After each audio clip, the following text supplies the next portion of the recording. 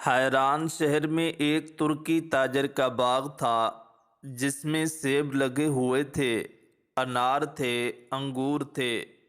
یہ تاجر اللہ کے فضل سے خوب مالدار بھی تھا، دیندار بھی تھا۔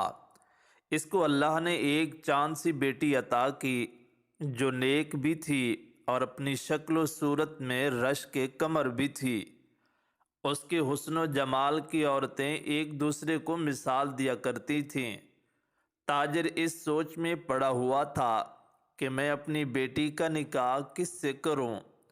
بڑے بڑے امراء نے اس کے لیے اپنے بیٹوں کے رشتے بھیجے، لیکن اس تاجر کا دل مطمئن نہیں ہوتا تھا، ابھی یہ فیصلہ نہیں کر پایا تھا۔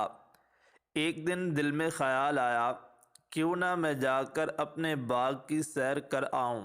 یہ اپنا باغ دیکھنے کے لیے گیا اور اس دوران اس کو پیاس لگی۔ اس نے باغ کے نگران کو اپنے پاس بلایا اور کہا کہ تم میرے لیے انار کا جوس لے کر آؤ۔ وہ گیا اور ایک خوبصورت سا انار توڑ کے لے آیا۔ جب اس نے اس کا شربت پیا تو وہ انتہائی کڑوا تھا۔ اس نے اس کو نصیحت کی کہ تم 24 گھنٹے باغ میں رہتے ہو، تمہیں ابھی تک اتنا بھی اندازہ نہیں، اتنا بھی پتہ نہیں چلا کہ کس درخت کے پھل میٹھے ہیں اور کس کے کھٹے ہیں۔ اس پر اس نوکر نے جواب دیا کہ جناب، آپ نے مجھے اس باغ کی نگرانی کے لیے رکھا ہے، باغ کے پھل کھانے کے لیے تو نہیں رکھا۔ مجھے جتنے سال بھی یہاں گزرے ہیں، میں نے آج تک باغ کے کسی پھل کو نہیں چکھا۔ یہ بات اس تاجر کے دل کو لگ گئی کہ اس شخص کے دل میں اتنا تقویٰ، اتنا خوف خدا، اس قدر امانت کا لحاظ کہ اس نے اتنے سالوں میں انار کو چکھا تک نہیں۔ ایسے آدمی بندوں کی خدمت کے لیے نہیں ہونا چاہیے، اللہ تعالیٰ کی خدمت کے لیے مخصوص ہو جانا۔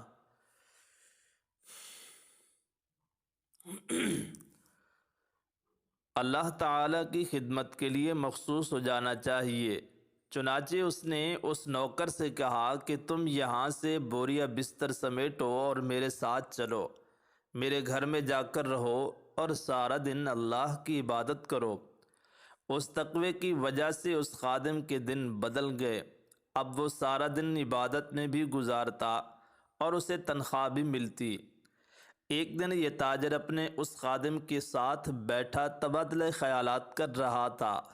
اس دوران اس نے کہا کہ آج کل میں بہت پریشان ہوں، میری بیٹی کے رشتے بہت جگہوں سے آ رہے ہیں، میں فیصلہ نہیں کر پا رہا کہ میں کہاں رشتہ کروں۔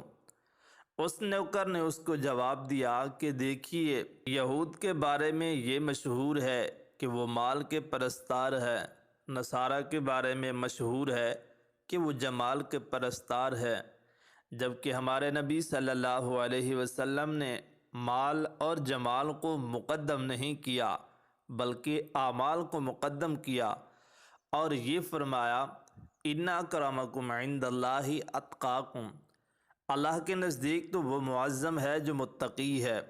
لہٰذا کوئی نیک رشتہ اگر آپ کو ملے تو نبی علیہ السلام کی تعلیمات پر آپ عمل کر لیں۔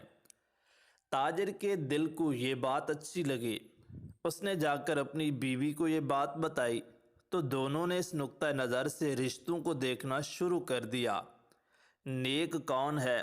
چنانچہ بیوی نے کہا، پھر یہی ہمارا جو باغ کا خادم ہے، نیکی میں تو اس جیسا نوجوان ہمیں مل ہی نہیں سکتا، کیوں نہ ہم بیٹی کا رشتہ اس سے کر دیں۔ بالآخر اس ترکی تاجر نے اپنی نیک سیرت اور نیک صورت خاتون کی اپنی بیٹی کا نکاح اس خادم کے ساتھ کر دیا۔ اس کا نام تھا مبارک۔ مبارک کی شادی ہو گئی۔ اب خامد بھی نیک اور بیوی بھی نیک۔ اللہ رب العزت نے انہیں ایک بیٹا عطا کیا جس کا نام انہوں نے عبداللہ رکھا، چونکہ یہ نام اللہ رب العزت کو بہت پسند ہے۔